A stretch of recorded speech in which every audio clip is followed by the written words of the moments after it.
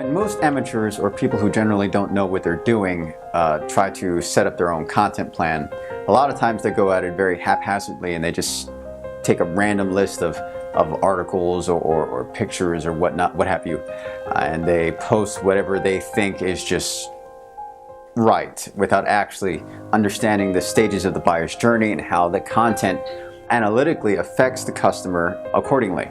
There are three different aspects to the buyer's journey, three different stages. And the first stage is awareness, the second stage is consideration, and the third stage is decision. And the awareness stage pertains to whether or not your target audience even knows that you exist, or that your product exists, your promotion exists, or whether or not they even have a problem that your brand can even solve to begin with. And breaking through the awareness stage is essentially the process of making sure that your content brings to light either your brand or solution or both, and basically lets the world know that you exist. Now, the second stage would be the consideration stage, and that's the buyer, once they're linked to your content, and they see your company, they see what you're offering. That doesn't necessarily mean that they're going to initially convert into a buyer. I mean, you could dump thousands of dollars into an advertisement that tries to sell whatever it is that you're selling, but that's considerably called cold selling in the conventional opinion of marketers worldwide. The process of the buyer's journey from taking them from point A to point Z is the process of turning them from a cold sell into a warm sell, and hopefully a loyal brand evangelist that keeps buying from you over time. The consideration stage comes into play when the target audience knows about their problem, they know about your solution that you're presenting to them, whether it be a product or service. The content that you make for their consideration allows them to roll it over in their minds, and they get to know your brand and get them to trust you.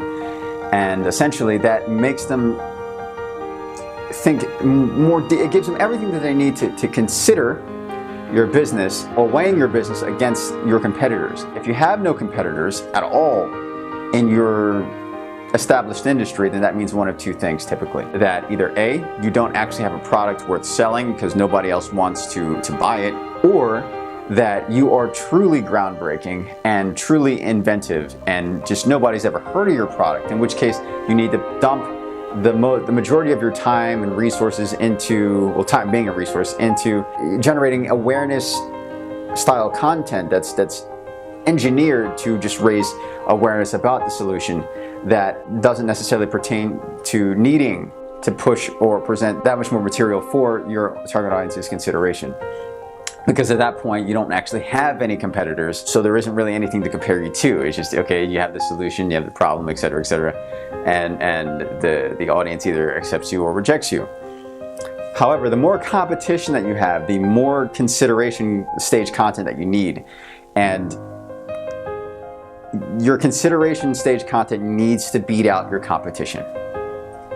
Even if it's not necessarily a long academic article, whether it's a graphic or a video, whatever it is, it needs to impress, and it needs to gain the trust of your audience in a way that presents your company to them as the authority, as the better choice over whatever your competitors are doing or whatever they are. And finally, we have the decision stage. And at the decision stage, the customers themselves have already narrowed down a select amount of choices, even if you're the only one. If you're the only one, then you're the only one in your industry. You invented something completely new. But in 99.99999+% of the time, you haven't actually invented something new. You've either innovated, or you're presenting something that's not necessarily innovative but competitive in the market. And determining which is which, in your specific case, whatever it may be, really comes to honesty with yourself. The more honest you are about what it is that you're presenting, the more accurate you can draw your plan. And so understanding that you have content for the awareness stage, content for the consideration stage, and content for the decision stage. The clearer a view that you have of what your product or service is presenting itself as in the market, and the more accurate assessment that you have of the market forces, meaning your level of competition, the level of the target awarenesses, the target audience's awareness of your product or service may be, the more accurately or the more wise a decision, the wiser decision you can make as per pertaining to where you should allot your time and effort and resource and other resources such as money into channeling that into the content that you need to create as per whatever stage it is that you think you need to focus on as per whatever your market may be.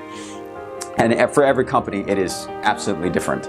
And finally, in the decision stage, the person within the target audience has already narrowed down their choices, and assuming that your company has not already been eliminated in the consideration stage, it comes down to your unique value proposition. And your unique value proposition is exactly what it sounds like. It is essentially what your offer is, what your deal is that you're presenting to your target audience.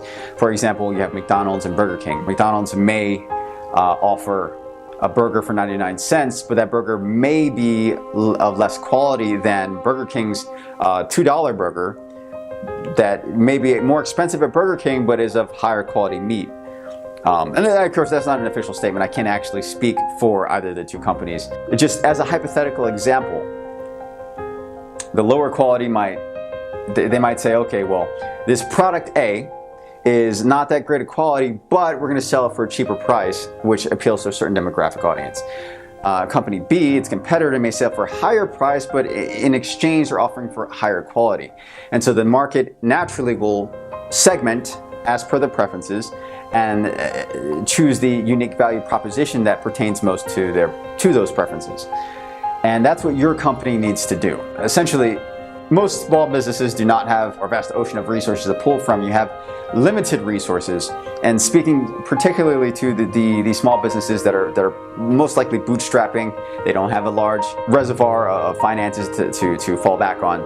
They have to choose wisely, very carefully, critically about where they invest the crux of the majority of their time, effort, and money into developing content for each individual stage as it pertains to them. And so you want to, if you're unknown, you want to make sure that you have content for every single stage, but some companies may have more content for the consideration stage if their product is not necessarily inventive, but they have a lot of competition, so they need to have more content in the consideration stage in order to outweigh their competition. Some companies are completely innovative, completely inventive, and no one's really ever heard of them. They're using keywords online that aren't really being searched for very much. They don't have a high amount of targeted traffic searching for them on Google or Yahoo, etc. And so they might want to invest a little less in the consideration, more into awareness content, which then draws more attention to, it breaks the market, it establishes the market, or at least their positioning in the market. It brings traffic in, and then because they're truly one of a kind, then less consideration content is needed, and then finally the target audience transitions to the decision stage of whether or not they buy from that company.